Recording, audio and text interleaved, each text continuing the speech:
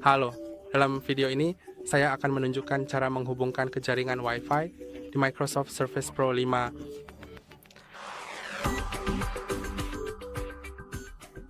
Untuk melakukannya, klik tombol ini di sini. Itu mungkin terlihat seperti ini.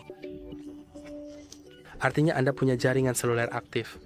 Itu juga mungkin terlihat mirip globe, yang berarti bahwa Anda tidak memiliki koneksi jaringan. Itu seharusnya terbuka. Sebuah pop-up seperti ini dan pastikan bahwa Wi-Fi aktif. Anda ketik aktif, Anda seharusnya dapat menemukan jaringan Anda. Jadi, ada di sini.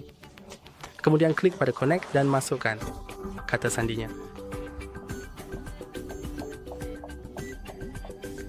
Setelah selesai, Anda klik enter. Dan sekarang seharusnya Anda terhubung ke jaringan. Itu saja untuk hari ini. Jangan lupa untuk menyukai dan berlangganan. Sampai jumpa lain kali.